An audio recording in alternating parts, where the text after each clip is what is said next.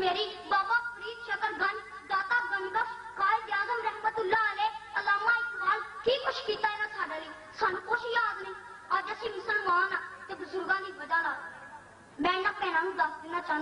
कि ਜਿਹੜੀਆਂ ਕੌਮਾਂ ਤਾਰੀਖ ਨੂੰ ਭੁਲਾ ਦਿੰਦੀਆਂ ਨੇ ਤਾਰੀਖ ਉਹਨਾਂ ਨੂੰ ਭੁਲਾ ਦਿੰਦੀ ਹੈ ਤੇ ਆਉਣ ਵਾਲੇ ਵਕਤ 'ਚ ਉਹਨਾਂ ਦਾ ਨਾਮੋ ਨਿਸ਼ਾਨ ਵੀ ਨਹੀਂ ਹੁੰਦਾ। ਪ੍ਰਧਾਨ ਜੀ, ਅੱਜ ਦੁਨੀਆ ਨੇ ਇੰਨੀ ਤਰੱਕੀ ਕੀਤੀ ਹੈ ਸਾਡੇ ਬਜ਼ੁਰਗਾਂ ਦੀ ਵਜ੍ਹਾ ਨਾਲ।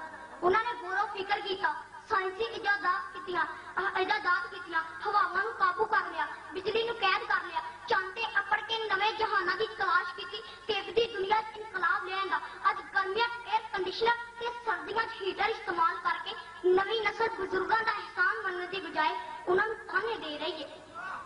ਇਹਨਾਂ ਦੀ ਤੇ ਉਹ ਗੱਲ ਹੋਈ, ਆਪ ਕਿਸੇ ਜਈ ਨਾ ਤੇ ਗੱਲ ਕਰੋ ਰਹੀ ਨਾ, ਜਿੱਦੀ ਕੋਕਾਂ ਤੇ ਮੇਰੇ ਲੋਕਾਂ। ਜਿਹੜੀ ਭੈਣ ਵੱਡਿਆਂ ਤੇ ਇਲਜ਼ਾਮ ਲਾ ਰਹੀ ਹੈ ਉਹ ਤੇ ਇੱਕੋ ਹੀ ਵੱਡੇ ਡਾਕਟਰ ਅਬਦੁਲ ਕਦੀਰ ਖਾਨ ਦਾ ਅਹਿਸਾਨ ਨਹੀਂ ਭੁੱਲ ਸਕਦੀ, ਜਿਹਨੇ ਹਿੰਦੂਆਂ ਨੂੰ ਚੁੱਪ ਕਰਾ ਕੇ ਰੱਖ ਦਿੱਤਾ। 65 ਦੀ ਜੰਗ ਦੇ ਸ਼ਹੀਦਾਂ ਦਾ ਅਹਿਸਾਨ ਨਹੀਂ ਭੁੱਲ ਸਕਦੀ, ਜਿਨ੍ਹਾਂ ਜਾਨਾਂ ਦੇ ਕੇ ਆਪਣੇ ਪਿਆਰੇ ਵਤਨ ਪਾਕਿਸਤਾਨ ਨੂੰ ਬਚਾ ਲਿਆ। ਇਹਨਾਂ ਵਿਚਾਰੀਆਂ ਨੂੰ ਵੱਡਿਆਂ ਦਾ ਕੀ ਪਤਾ ਹੈ? ਇਹਨਾਂ ਨੂੰ ਤੇ ਮੀਰਾ, ਰੇਸ਼ਮ, ਵੀਰਾ ਮਦਨ ਤੇ ਈਸ਼ਵਰ ਦਾ ਪਤਾ ਹੈ, ਸਾਂਪਲਾਂ ਤੇ ਡਰਾਮਿਆਂ ਦਾ ਪਤਾ ਹੈ, ਕੰਮ ਦੀਆਂ ਨਾ ਕਾਲੀਆਂ ਦੁਸ਼ਮਣਾਂ ਨਾਲ ਦੀਆਂ। ਆਪ ਕਦੇ ਕਰਨਾ ਨਹੀਂ ਤੇ ਇਲਜ਼ਾਮ ਬਜ਼ੁਰਗਾਂ ਦੇ। ਅਸਲ 'ਚ ਸ਼ੀਸ਼ੇ 'ਚ ਇਹਨਾਂ ਨੂੰ ਆਪਣਾ ਹੀ ਮੂੰਹ ਨਜ਼ਰ ਆਉਂਦਾ ਹੈ, ਤਾਂ ਹੀ ਤਾਂ ਬਜ਼ੁਰਗਾਂ ਦੇ ਚਿਹਰਿਆਂ ਦੇ ਕਾਲਖ ਲਈ ਜਾਂਦੀਆਂ ਨੇ। ਇਹਨਾਂ ਨੂੰ ਤਾਂ ਕਹਿਣਾ ਚਾਹੀਦਾ ਸੀ ਸਾਡੇ ਵੱਡੇ ਸਾਨੂੰ ਤਾਰ ਗਏ ਸਵਾਰ ਗਏ ਰੱਬ।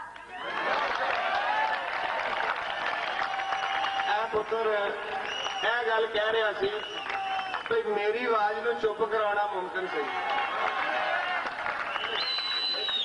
ਇਹ ਕਹਿ ਰਿਹਾ ਸੀ ਵੀ ਮੇਰੀ ਆਵਾਜ਼